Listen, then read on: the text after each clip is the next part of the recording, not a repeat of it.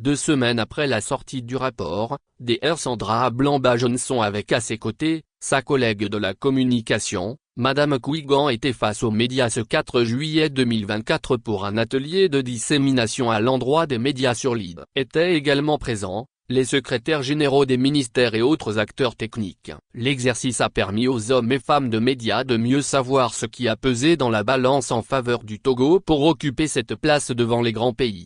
Le 18 juin dernier, les données de l'indice de développement humain, ID, étaient dévoilées dans la capitale togolaise à travers une cérémonie de lancement du dernier rapport sur le développement humain du Programme des Nations Unies pour le développement, PNUD, par la secrétaire générale de la présidence de la République togolaise, ministre, Dr Sandra Blamba-Johnson qui avait présidé la cérémonie. L'indice de développement humain, ID, du Togo est passé de 0,539 en 2021-2022 à 0,547 en 2023-2024. En outre, le revenu national brut par habitant est passé de $2167 US en 2021-2022 à $2214 US en 2023-2024. Une très belle performance due aux efforts consentis par les autorités du pays dans plusieurs domaines. Les participants lors de l'atelier de dissémination sur l'ID et pour que l'ID soit sur une base solide, il faut 3 composantes à savoir la santé et longévité, cadre de vie, énergie, l'espérance vie à la naissance, l'éducation qui met l'accent sur le nombre moyen d'années de scolarisation et le nombre attendu d'années de scolarisation et le niveau de vie qui fait référence au revenu national brut par habitant, création d'emplois et de richesses. Et les efforts consentis par le Togo au regard de ces composantes sont révélateurs. Car, les 3 composantes relevées sont alignées comme par enchantement sur la vision ainsi que les axes de la feuille de route gouvernementale dont les principales réalisations en lien avec les composantes de l'ID déclinées ci-dessous ont contribué à cet exploit.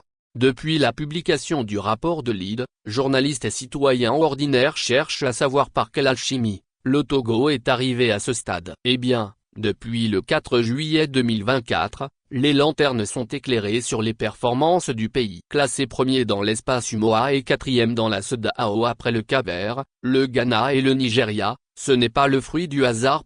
Les résultats du rapport indépendant prouvent aujourd'hui, le gouvernement ne dort pas sur ses lauriers. L'ID du Togo présente une tendance à la hausse ces dernières années passant de 0,484 en 2014 à 0,547 en 2023-2024. Soit une progression de 13% entre 2014 et 2023-2024.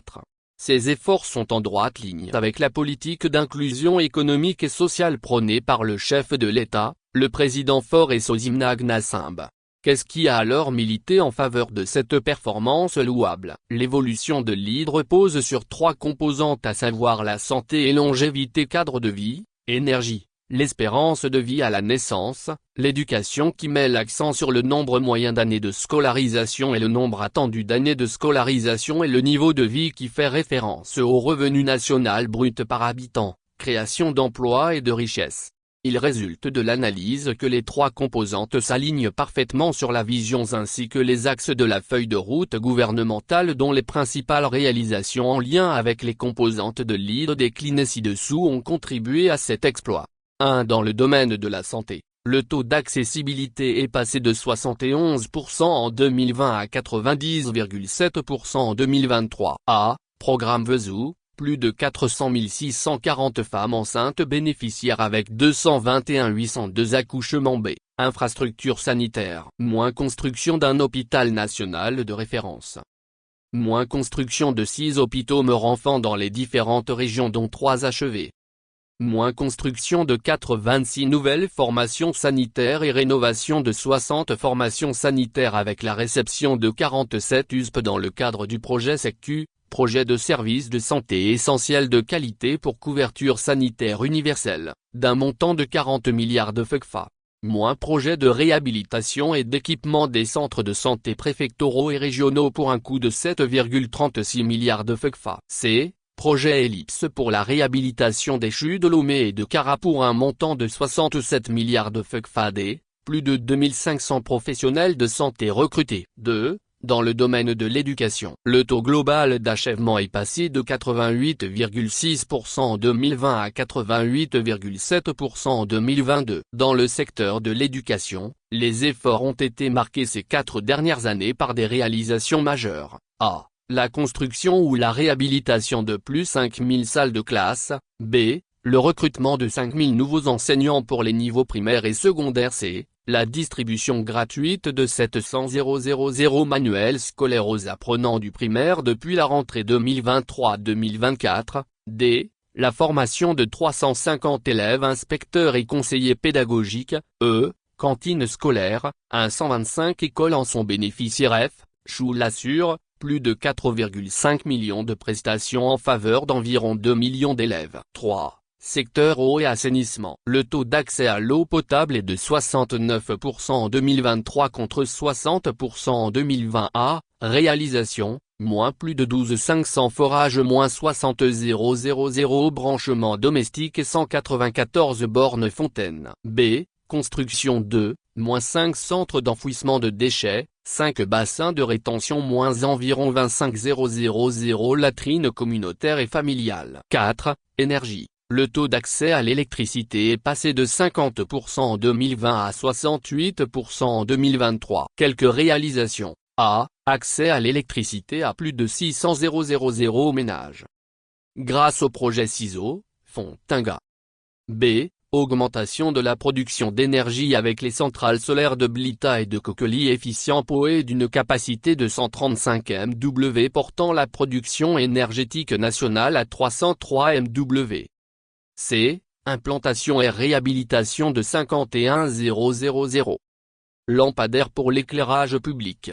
5. Agriculture. Amélioration de la production des céréales qui était d'environ 350 000 tonnes en 2020 s'est établi selon les données statistiques en 2023 à 600 000 tonnes. A. Principale réalisation. Moins mise en place d'une subvention annuelle pour faire baisser les prix des engrais à 18 000 FECFA au lieu de 32 000 FECFA, moins environ 11 milliards de FECFA sous forme de crédit pour l'amélioration de la production agricole, moins 663 magasins de stockage de produits agricoles construits et 164 en construction. B. Aménagement des ZAP. Le nombre des zones d'aménagement agricole planifiées, ZAP, est passé de 38 en 2020 à 231 en 2023 avec un total 35 000 A. Moins opérationnalisation de l'agence de transformation agricole avec l'aménagement de 19 ZAP d'excellence, moins mise à disposition de plus de 3000 kits d'irrigation à pompe solaire. 6.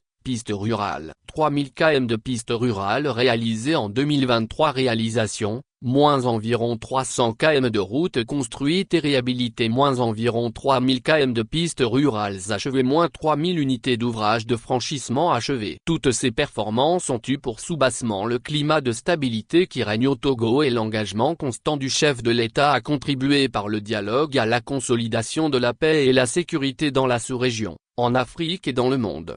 Il faut souligner que la publication de RDH est une opportunité pour le PNUD de contribuer au débat sur les problématiques de développement mondial. L'édition 2023-2024, axée sur le thème « Sortir de l'impasse, repenser la coopération dans un monde polarisé », invite l'ensemble des acteurs à réimaginer la coopération internationale autour de 3 axes d'idées essentiels, selon la représentante résidente du PNUD au Togo, Madame Binta Sané. Rappelons que la dernière livrée du rapport a concerné plus de 190 pays et territoires, dressant un bilan du monde polarisé actuel, et étudiant de nouveaux modes de coopération, dans le but de briser l'impasse.